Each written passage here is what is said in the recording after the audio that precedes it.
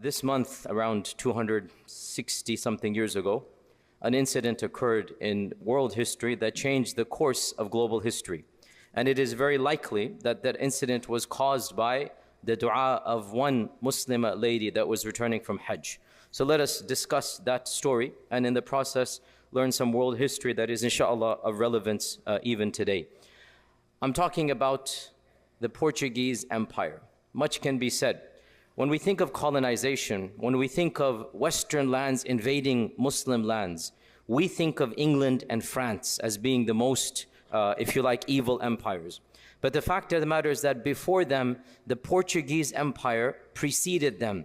And they were the worst out of all of the colonizers. And yet we don't hear much about them. Today you'll find out why. Why don't we hear much about the Portuguese Empire? If you remember a little bit of your global history, it was in fact the Portuguese who first discovered the route to the Muslim lands and to the Far East. Remember Vasco da Gama, right? He was the one who first learned how to cross from Europe. You know, they were searching all that time. Columbus got lost, ended up here. It was Vasco da Gama from Portugal who eventually made his way across South Africa and made his way back to India. And on the way, he met many Muslims as well in Mozambique and Mombasa and other places in Oman. And so he's meeting the Muslim world. He meets the Indian land. And then the trade begins. Long story, I'm not going to go into all of that. But one thing you should know is that the Portuguese started Western colonization, and they're the ones who set up the infrastructure for the other countries to follow. And the evils that they did, really all the other countries pale in comparison to what they have done. The Portuguese, of course, they colonized so many parts of Africa, including the Muslim lands and sultanates in Mozambique. In Asia, of course, they colonized parts of Oman, parts of Yemen.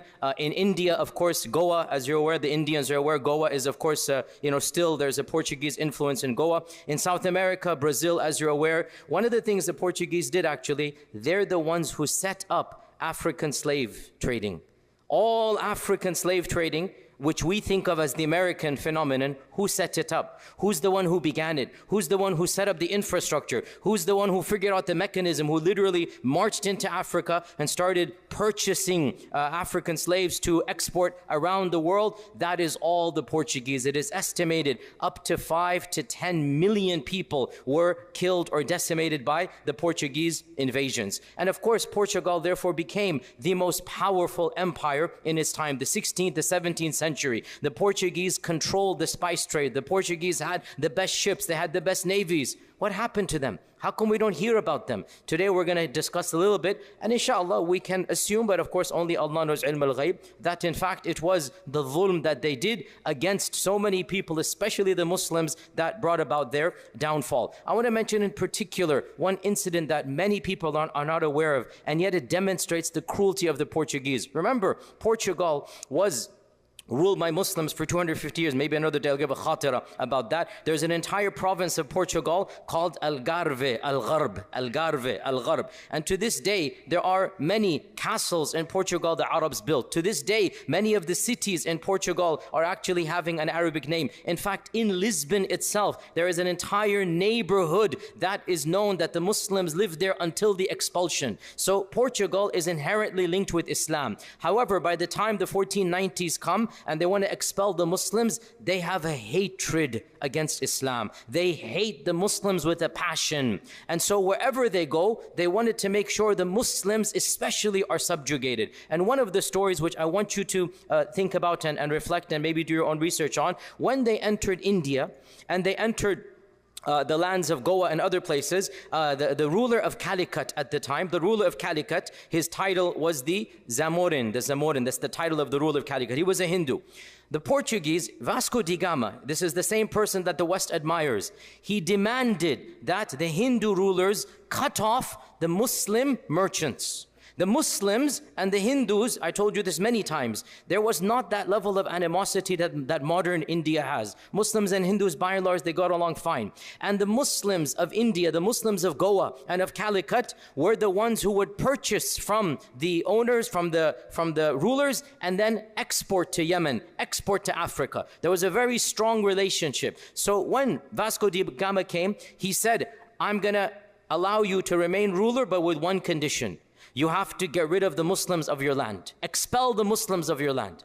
And the Hindu ruler said, no, these are our allies. They have fought with us. They have lived with us. I'm not going to expel the Muslims. And they mistreated the Vasco da Gama's emissaries. They didn't like him. They kicked him out. They didn't realize the power of the Portuguese. This is all brand new. This is still the same Vasco da Gama. We're not talking about generations from now. The same person whom the West admires. Listen to what happened. The same guy, Vasco da Gama, wanted to now send a message. You're going to mess with me? You're not going to follow my rules to expel the Muslims? I'm going to show you. So, on the way back from Hajj, there was a ship of Hujjaj coming. 450 Hujjaj. The name of the ship is called Miri. It's a famous incident that happened. You can look this up. In English, they say Mirin, but in Arabic, it's called Miri. 450 Hujjaj, including women and children. And these are complete innocent civilians, have nothing to do with what is going on in the land. They're doing Hajj, they've come back. Vasco da Gama gives the command to surround the ship and cut off all supplies, even though the land is right there, they're on the way back. Cut off all supplies and start slowly massacring the people with bows and arrows and guns and the cannons. Of course, as you know, the Portuguese had the weapons that nobody else had. This is the rise of Europe is primarily because of military strength and because of the naval force. And the Hujjaj took a while for them to figure out what's going on. 4 or 5 days went by, and one by one, the massacre continued, and the Hujjaj began negotiating. We'll give you all of our gold, we'll give you everything. And Vasco da Gama refused to accept any conditions. There's a chronicler from the ship of Vasco da Gama who chronicled in Portuguese exactly what happened. That is available in English. You can read an eyewitness account. Even though they hated the Muslims, this chronicler, he himself said that this was a pitiful sight. What he saw, even his heart melted. Vasco da Gama did not even bat an eyelid. And he gave the command to burn the ship when the people were alive on it, after the 4th, 5th day. And the chronicler himself said, the women, the Hujjaj ladies picked up the baby saying, we have babies here, at least save the babies, at least that. No, nothing. You can imagine the la'na and the dua and everything that those ladies gave, those women, those mothers gave. 450 Hujjaj were massacred down to babies by none other than Vasco da Gama. Why? How dare you don't listen to my condition to expel the Muslims. And then of course the rampage began on the land in India itself, Calicut and Goa, as you're aware if you know your history. And then the Portuguese went to all over the world. They went to Macau, they went to China, they established trading ports in China. They began forcing Christianity on the people. That's why there's pockets of Catholics around the world. How did that happen? The Portuguese, by the way, even Muslims in Goa, they destroyed masjids. Of course, Hindu temples, lots of them, even masjids. At gunpoint, they forced people to convert,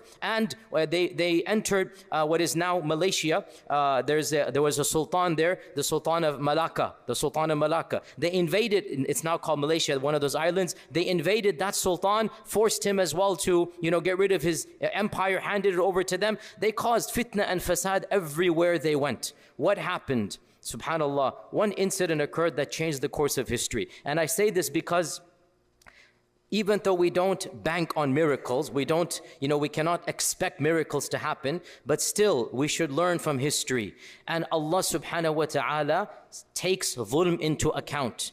And even if we cannot stop dhulm physically, pause here. I'm not saying we shouldn't stop dhulm physically. I'm not saying we become pacifist or whatnot. Have to always be careful. People jump at every ambiguous phrase and read in everything I say. I'm not saying we become apolitical, but I'm saying sometimes people cannot fight oppression, but Allah will fight it directly. And Allah will intervene in ways we never could imagine and expect. What happened to the Portuguese Empire such that nobody remembers the glory of Portugal? Nobody remembers the power. Their naval fleet was second to none.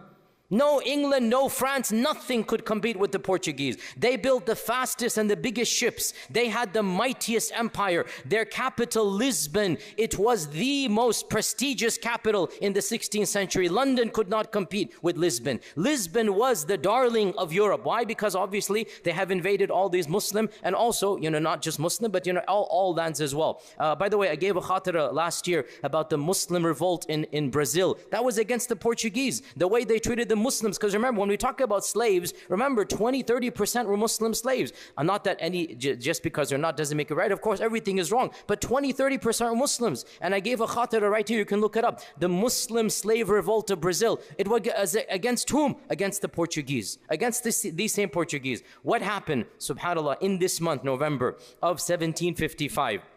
In this month of 1755, to be more precise, the 1st of November, and without a doubt, again, we cannot categorically state that Allah is doing this as a result of that. Only Allah knows. But still, we look at the outer reality.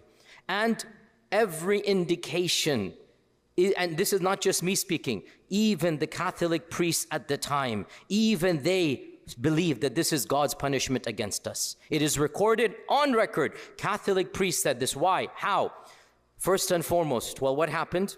The most devastating earthquake Europe has ever seen in its history.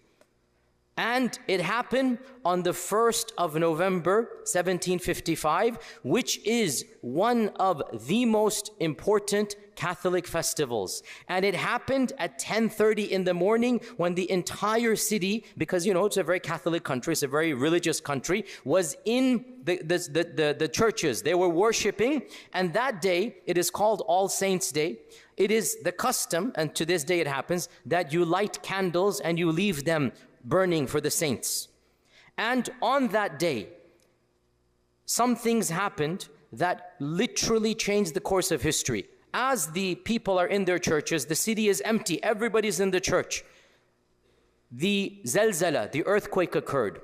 Today, scientists estimate it measured 9 on the Richter scale. If you know your Richter scale, this is beyond the charts. This is absolutely almost unprecedented.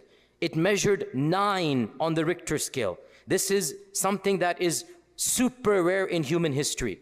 And as the earthquake occurs and the buildings collapse, the people don't know what's happening, obviously. Tens of thousands die. They run into the streets trying to be saved. And they didn't realize, how are they going to know this? The earthquake wasn't really an earthquake. It was a tsunami, actually.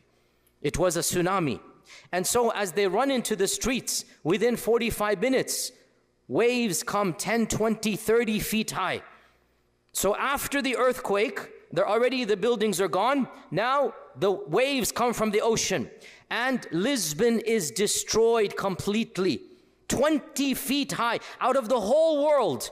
And if you look at it, Lisbon has never had an earthquake or a tsunami. It's never had. And then to top it off, and this is all, of course, Allah's qadr. It was the 1st of November. All the houses have candles everywhere.